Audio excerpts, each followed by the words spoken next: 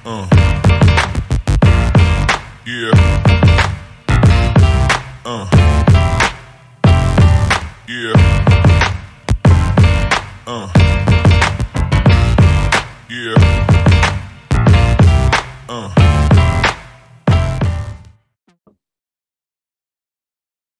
Nah, jadi nomor 4 itu, kalau kita lihat, HgCl itu kan terdiri dari Hg plus, HgCl ya, HgCl terdiri dari Hg plus dan Cl min.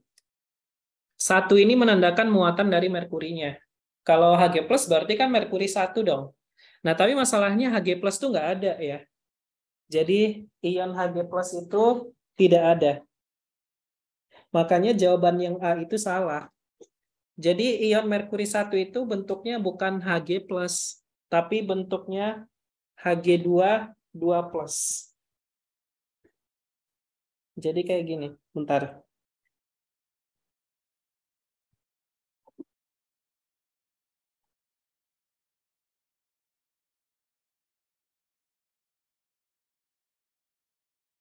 Nah, jadi yang benar itu untuk Hg1 itu gini, Hg2Cl2 itu terdiri dari Hg2 2+ tambah 2Cl min. Nah, jadi yang termasuk Hg1 itu adalah yang ini. Hg2 2+, gitu ya. Sedangkan yang ini tuh nggak ada. Jadi jawabannya D. Jadi ion merkuri itu ada dua jenis, ada Hg2+, dan Hg2 2+. Ini kita sebutnya merkuri 2, yang ini kita sebutnya merkuri 1. Oke?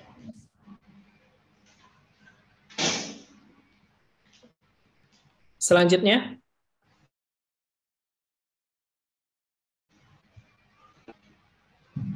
soal nomor 5.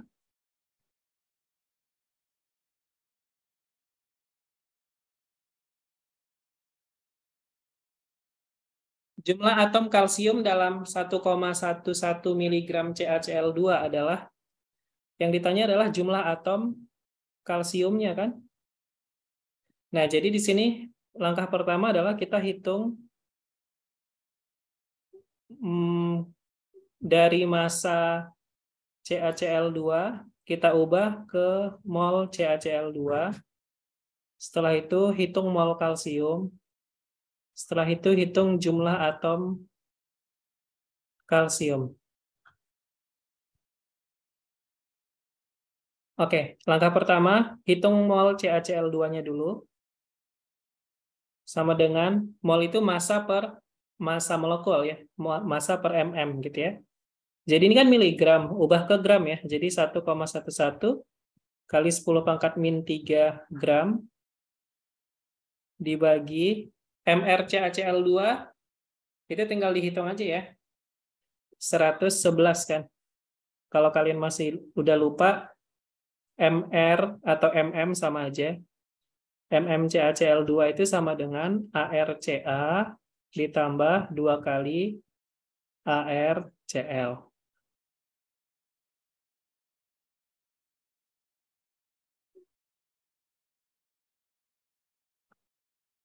mmCa tambah 2 kali mmCl. mmCa sama mmCl bisa dilihat di tabel periodik kalian masing-masing. Nah, ini nanti jawabannya kurang lebih 111 gram per mol. Jadi ini 111 gram per mol. Oke, gitu ya.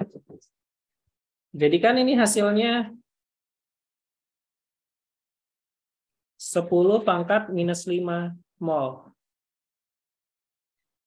Setelah itu kita hitung mol dari si Ca-nya. Mol Ca itu kan sebenarnya sama dengan mol CaCl2 kan? Kenapa? Karena kalau kita punya CaCl2, terus kita uraikan jadi kayak gini, gitu. Jadi kalau ini 1 mol, ya Ca-nya juga 1 mol gitu ya. Jadi mol Ca sama dengan mol CaCl2. Jadi di sini 10 pangkat min 5 mol. Setelah itu, kita hitung jumlah atom Ca. Sama dengan mol Ca dikali bilangan Avogadro. Mol Ca 10 pangkat min 5, bilangan Avogadro 6,022 dikali 10 pangkat 23. Nah, ini hasilnya 6,022 dikali 10 pangkat 18 atom. Jadi jawabannya A. Oke. Selanjutnya, nomor 6. Suatu senyawa dengan rumus molekul CnHmX memiliki massa molekul 104 gram per mol. Persentase massa atom C dan H dalam senyawa tersebut masing-masing adalah 57,7% dan 11,5%. Atom X pada senyawa tersebut adalah nah, di sini kita dikasih tahu persen massa C dan H. Jadi persen massa C itu sama dengan jumlah atom C. Jumlah atom C di dalam senyawa ini kan N ya, dikali ARC dibagi MR-nya. MM senyawanya dikali 100%. Nah, jadi di sini persennya 57,7%. Kemudian ARC 12 kali N dibagi MM molekulnya 104 dikali 100%.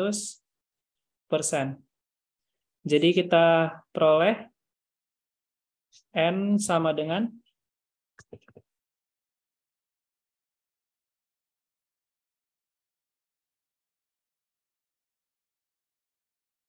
nah, kalau kita hitung nilai N-nya adalah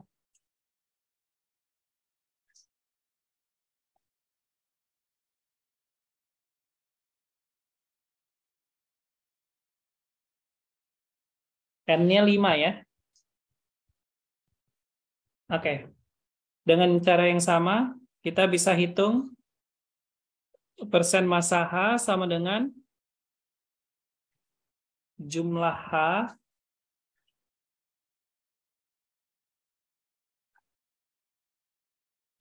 jumlah H-nya adalah M dikali ARH dibagi MM CnHmX dikali 100%. Jadi persen massa H-nya 11,5%. ARH itu 1, jadi di sini 1 dikali M, sisa M. Ini 104.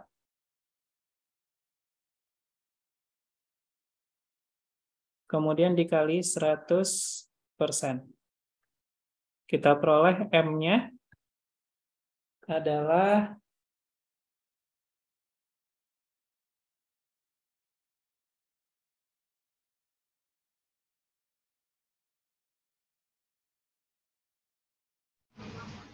(12) ya. Ini tuh 12. Oke. Berarti selanjutnya kita tinggal tentukan X-nya apa, gitu kan? Jadi kita udah tahu N-nya 5, M-nya 12. Berarti kan rumusnya kita dapat C5H12X. Nah, MM-nya ini, MM dari C5H12X, itu kan sama dengan 104. MM-nya itu kan sama dengan MM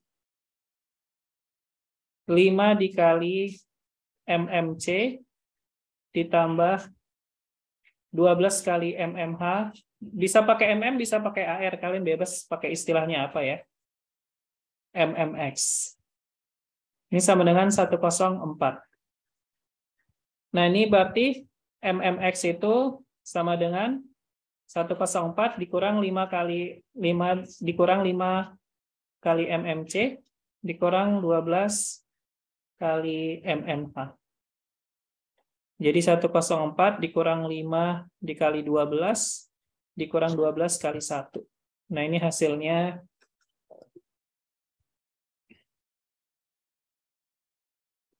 32 ya. Nah,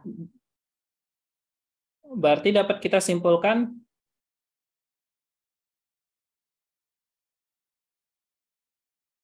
X-nya adalah sulfur. Oke? Jadi jawabannya adalah sulfur. Kalian tinggal lihat tabel periodik atom apa yang AR-nya 32, gitu ya. Jawabannya sulfur. Lanjut nomor 7. Jika 8,2 gram kalsium nitrat bereaksi dengan 6,4 gram natrium karbonat sesuai dengan persamaan reaksi berikut, ini reaksinya udah setara ya, maka CaCO3 yang dihasilkan sebanyak. Oke, langkah pertama adalah kita tentukan mol tiap reaktan. Jadi hitung mol kalsium karbonat. Mol kalsium karbonat sama dengan massa kalsium karbonat dibagi kalsium karbonat. Nah, ini udah dikasih tahu nih. Kalsium karbonatnya 100. Kalsium nitrat, sorry. Kalsium nitratnya 164.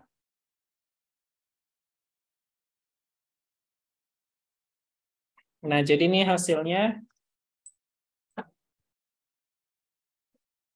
0,05 mol.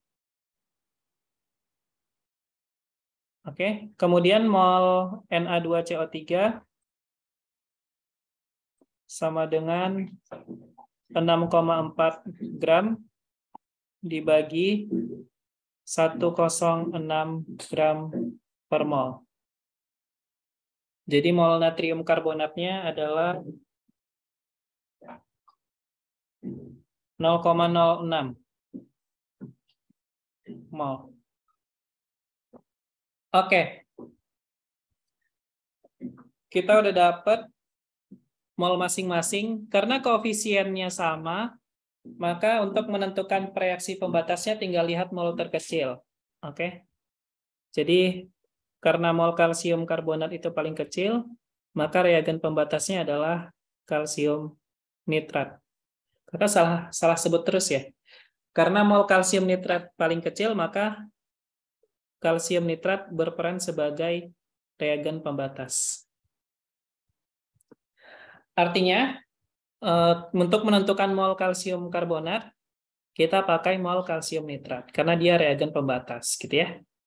Udah deh, kita hitung mol kalsium karbonat sama dengan koefisien dia 1 per koefisien kalsium nitrat 1 dikali mol kalsium nitrat. Jadi ini hasilnya 0,05 mol.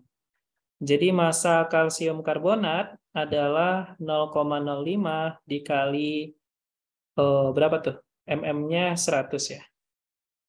100. Jadi 5 gram. Jadi jawabannya B. Nomor 8.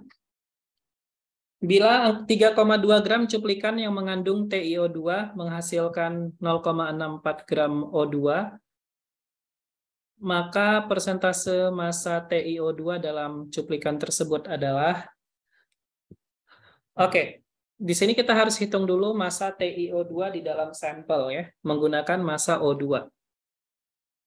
Jadi maksudnya itu gini, ketika TiO2 terurai menjadi Ti tambah O2, nah gitu ya. Di situ dihasilkan O2-nya 0,64 gram. Jadi pertama kita hitung mol O2-nya 0,64 gram dibagi 32 gram per mol. 32 tuh mm dari O2, oke. Jadi 0,64 dibagi 32, 0,02. Kemudian kita hitung mol TiO2-nya sama dengan mol O2 ya. Karena koefisiennya sama-sama 1, jadi 0,02 mol. Jadi massa TiO2 sama dengan molnya dikali dengan mm-nya. TiO2 adalah 80. Oke. 80 gram per mol.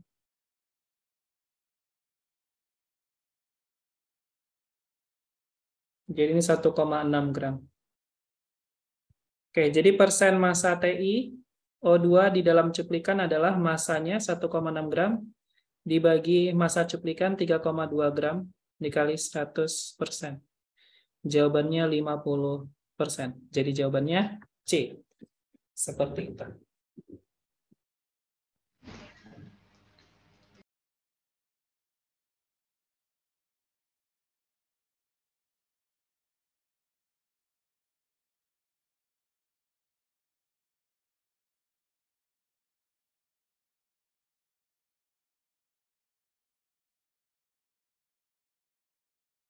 Oke, nomor 9.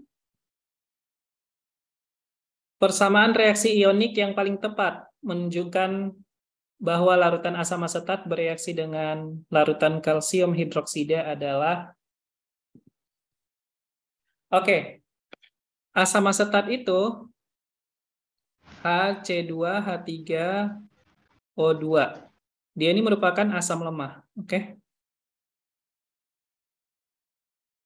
Kalsium hidroksida CaOH 2 kali merupakan elektrolit kuat atau basa kuat, Kalau asam lemah, kita tidak boleh menuliskannya dalam bentuk ion. Jadi yang B ini salah. Jadi asam asetat harus masih berada dalam bentuk asam asetat, nggak boleh diubah menjadi ion. Tapi yang sifatnya kuat, seperti CaOH 2 kali kan basa kuat, kita harus ubah dalam bentuk ion. Jadi jawaban A juga salah, karena apa? Karena CaOH 2 kalinya itu masih dalam bentuk rumus lengkapnya, harus diubah menjadi ion, karena dia basa kuat. Seperti itu. Kemudian jawabannya antara C dan D kan ya. Nah, berarti ini jawaban yang tepat adalah yang C ya. Jawaban yang tepat adalah yang C. Karena bagian D itu nggak ada OH-nya ya. Kan CaOH 2 kali itu mengandung OH- dan Ca2+, gitu ya. Jadi itu adalah persamaan ionik yang tepat. Adalah yang C. Kemudian, persamaan ionik bersih ketika padatan kalsium karbonat direaksikan dengan larutan asam klorida adalah, ini kan padatan kalsium karbonat, berarti CaCO3 solid. Kalau padatan itu tidak boleh diubah menjadi ion. Jadi yang C ini salah, karena karbonatnya diubah jadi ion. Yang D juga gitu. Itu nggak boleh diubah menjadi ion tuh. Harus berada dalam bentuk padatan. Nah, kemudian bagian A sama B. Nah, ini kan dia minta ion bersih ya. Persamaan ion bersih. Kalau ion bersih tidak boleh mengandung ion penonton. Ion penonton adalah ion yang fasanya tidak berubah. Kalau kita lihat, di sini ion penontonnya di jawaban B, ion penontonnya itu Cl-. Nah, itu kan ada Cl- di kiri dan di kanan kan? Itu ion penonton tuh harusnya dicoret, ya. Harusnya dicoret supaya mendapatkan reaksi ion bersih. Nah, kalau dicoret, kita dapatin persamaan reaksi yang A kan? Sehingga jawaban yang tepat adalah jawaban yang A. Oke, gitu ya.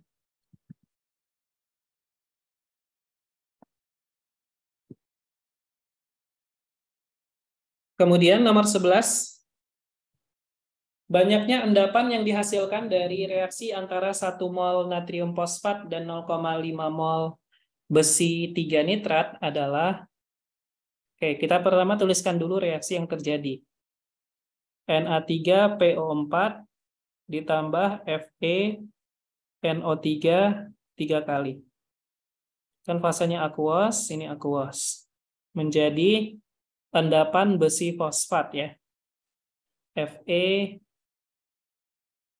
FePO4 solid ditambah 3 NaNO3 aqueous.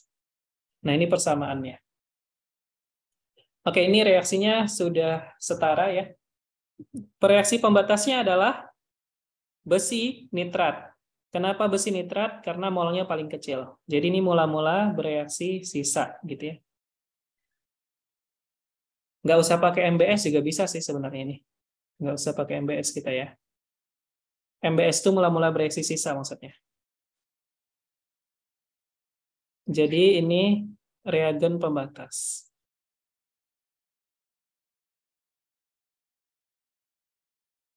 Karena molnya paling kecil. Karena molnya lebih sedikit. Oke, berarti mol besi fosfatnya, besi 3 fosfatnya ditentukan menggunakan mol besi 3 nitrat. Jadi mol besi fosfat, besi 3 fosfat sama dengan mol besi 3 nitrat, yaitu 0,5 mol. Berarti massa besi 3 nitrat sama besi 3 fosfat sama dengan 0,5 mol dikali mm-nya. Mm-nya berapa tuh? Kalau kita hitung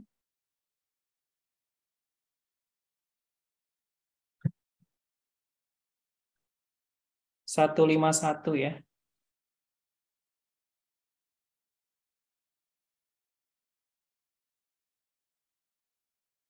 75,5.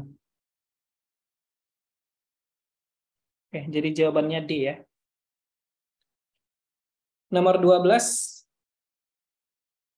Ketika padatan amonium klorida ditambahkan ke dalam barium hidroksida, ion-ion yang bereaksi adalah, nah ini kita tuliskan reaksi ion bersihnya. NH4Cl aqua padatan ditambahkan ke dalam larutan ya.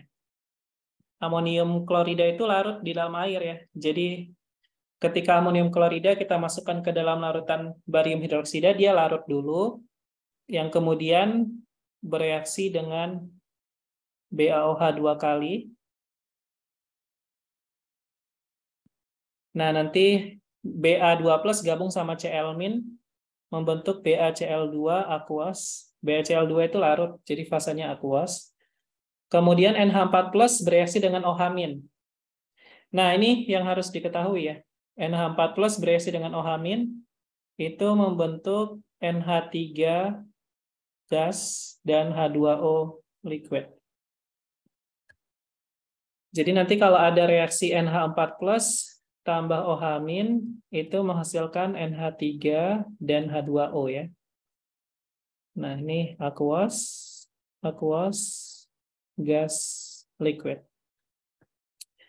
Nah, kalau kita tuliskan reaksi ion ini diubah menjadi ion, berarti NH4 plus tambah Cl-. Ini kita setarakan dulu ya. Ntar ini kita kali 2, ini 2, ini 2. Oke. Jadi ini 2, ini 2. Ba2 plus tambah 2 OH- menjadi Ba2 plus tambah 2 Cl- aqueous. Kalau amonia, kalau fasanya gas, nggak usah diubah menjadi ion. Yang diubah menjadi ion cuma fasa aqueous ya. H2O juga nggak perlu diubah. Nah, jadi di sini spektatornya ada Cl- dan Ba2 plus. Jadi kita coret. Jadi yang bereaksi siapa? Ya reaksinya cuma ini nih. Ya kan? Sisanya ada amonium dan hidroksida. Jadi jawabannya D. Gitu ya.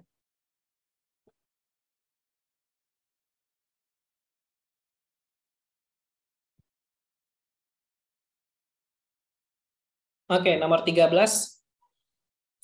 Di antara reaksi berikut, manakah reaksi yang termasuk reaksi oksidasi dan reduksi? Yang mana yang merupakan reaksi redoks gitu ya.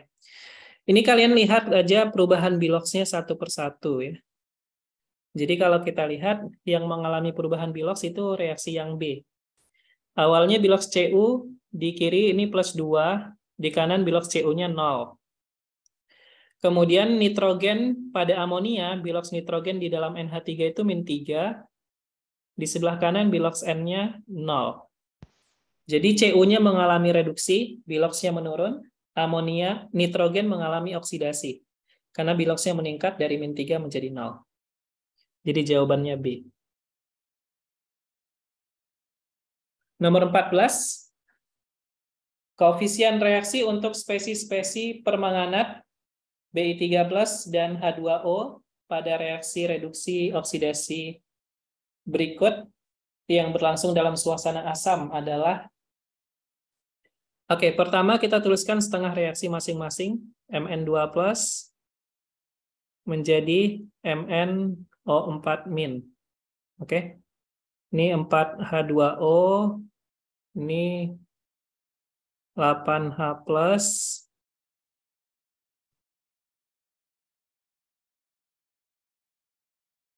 ini 5 elektron, gitu ya. Kemudian BiO3- menjadi Bi3+, 3H2O, 6H+, ditambah 2 elektron. Ini kita kali 2, ini kita kali 3. Kita kali 5. Kemudian kita jumlahkan. Maka ini 2Mn2+ ditambah 5BiO3- ditambah H2O-nya di kiri jadi 8 ya. 8H2O di kiri. H+ di kiri jadi 30 ya. 6 dikali 5, 30H+. Elektron di kiri 10. Oke, sisa di sebelah kanan 2MnO4-. Bi3+-nya 5, 5Bi3+. Kemudian H2O-nya 3 kali 5, 15. 15 H2O. Kemudian H+-nya di sebelah kanan 16. Nah, H2O kan ada di kiri dan ada di kanan. Di kiri 8, di kanannya 15. Jadi di kanan sisanya 7. Oke. H+ di kiri 30, di kanan 16. Jadi di kiri sisanya 14. Oke. Yang ditanya koefisien MnO4-. Koefisien MnO4- 2. Kemudian koefisien H2O 7. Koefisien Bi3+-nya mana nih? Bi3+-nya 5. Jadi MnO4- 2, Bi3+ 5, H2O 7. Jadi jawabannya B, 2, 5, 7.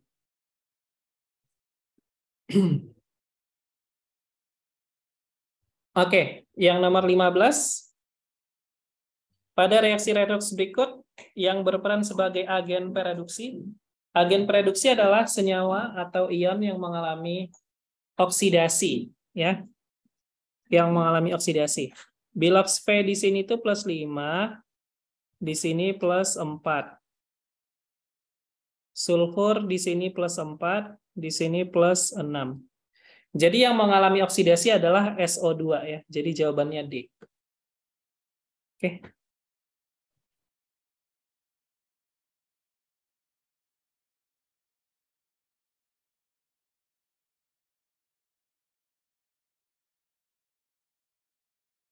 Lanjut.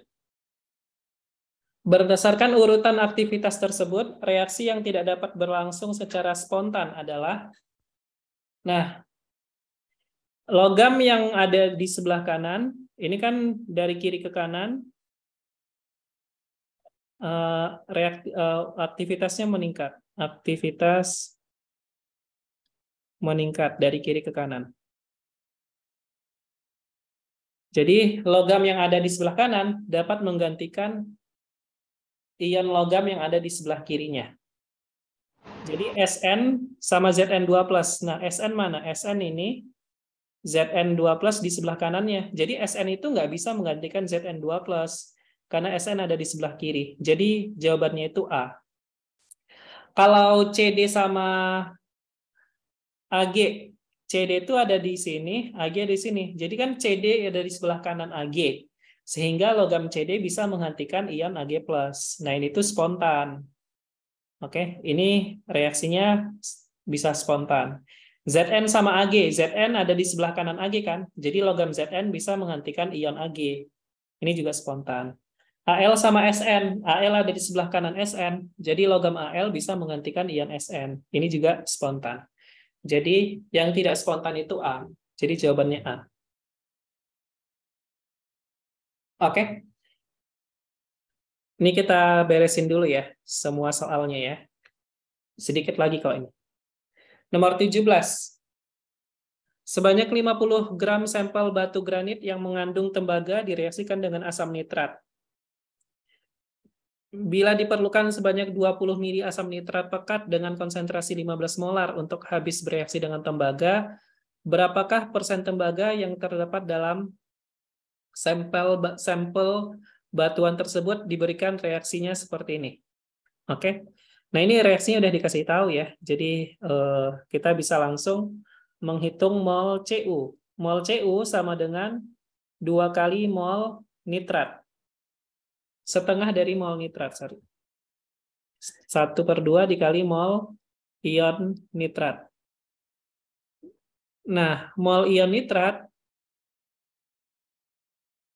kalau kita punya HNO3, dia kan terionisasi menjadi H+ dan NO3- kan?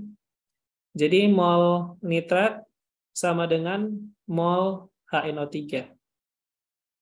Nah, berapa mol HNO3-nya? 20 mili ubah ke liter, 0,02 liter, dikali konsentrasinya 15 molar.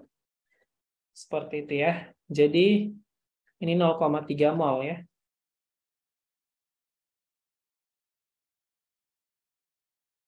Berarti molnya ini setengah dari 0,3, yaitu 0,15 mol.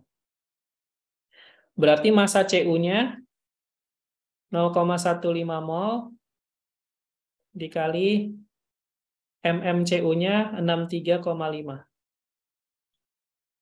gram per mol. Oke, ini hasilnya 9,525 gram. Jadi persen massa Cu adalah massanya 9,525 gram dibagi massa sampel 50 gram dikali 100%.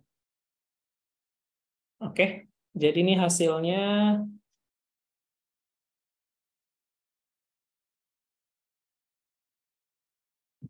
19,05. Oke, jawabannya B. Nomor 18. Sebanyak 0,376 gram sampel yang mengandung besi dilarutkan dalam asam hingga seluruh besi terkonversi menjadi Fe2+. Massa Fe2+ ditentukan dengan titrasi yang memerlukan 50 mili larutan KMNO4 0,01 molar. Dan mengikuti persamaan reaksi di bawah. Tentukan persen massa besi dalam sampel tersebut. Nah, ini kita bisa hitung mol MnO4- itu sama dengan mol KMNO4, yaitu 50 mili dikali 0,01 molar. Ini hasilnya 0,5 milimol, atau setara dengan 5 kali 10 pangkat minus 4 mol. Selanjutnya, kita tentukan mol Fe2+-nya. Mol Fe2+ 5 kali mol MnO4-. Jadi 5 dikali 5 kali 10 pangkat minus 4. 2,5 dikali 10 pangkat min 3 mol. Berarti massa Fe-nya 2,5 kali 10 pangkat min 3 mol dikali ArFe-nya 56 gram per mol. Oke. Ini hasilnya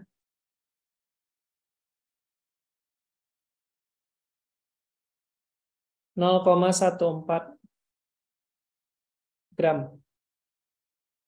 Jadi persen massa Fe 0,14 gram dibagi massa sampel 0,376 gram dikali 100%. Oke, ini hasilnya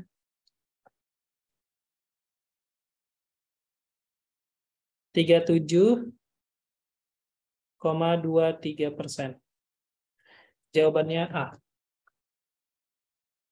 Dalam reaksi antara besi 3 nitrat dengan litium hidroksida, ion mana saja yang merupakan ion spektator? Oke, jadi di sini besi 3 nitrat FeNO3 3 kali dan litium hidroksida LiOH nanti Fe membentuk FeOH 3 kali. Senyawa yang mengandung ion hidroksida itu tidak larut ya, jadi dia mengendap. Oke, kecuali kation 1A dan CaSrBa. Di sini kan kationnya Fe, jadi FeOH 3 kali itu mengendap. Ini LiNO3. Garam yang mengandung logam 1A pasti larut, jadi LiNO3 pasti larut. Jadi fasanya aqueous. Ini tinggal kita kali 3 aja, ini kita kali 3. Oke. Kalau kita perhatikan, ion nitrat dan ion Li, fasa awalnya kan aqueous ya. Setelah terjadi reaksi, Li dan nitrat, fasanya masih aqueous. Artinya, yang merupakan ion penonton adalah nitrat dan Li karena fasanya tidak berubah. Oke, Fe sama OH, Fe3+ dan OH- itu yang bereaksi. Jadi kalau kita tuliskan reaksi ion bersihnya itu Fe3+ aqueous tambah 3OH- menjadi FeOH 3 kali. Nah, ini reaksi ion bersihnya. Jadi NO3- dan Li+ adalah ion penonton. Manakah yang merupakan anhidrida basa? Jawabannya D ya. Anhidrida basa itu adalah oksida logam. Ya, senyawa oksigen dengan logam. Jadi jawabannya BaO. Ba itu logam, oksigen ya. Oksigen. Jadi kita sebutnya oksida logam yang merupakan anhidrida basa. Kalau A sama B ini kita sebutnya anhidrida asam. Anhidrida asam. Karena dia oksida non-logam. Kalau O2 ya gas biasa. Oke, gas dioksigen. Oke, seperti itu. Ya, kurang lebih nanti jawaban ini Kakak upload di Google Drive ya, bagian catatan dan rekaman biar kalian bisa pelajari lagi. Bagi kalian yang telat mengumpulkan jawaban, mohon maaf Kakak nggak nilai ya. Oke. Oke deh kalau gitu. Terima kasih. Assalamualaikum. Selamat sore.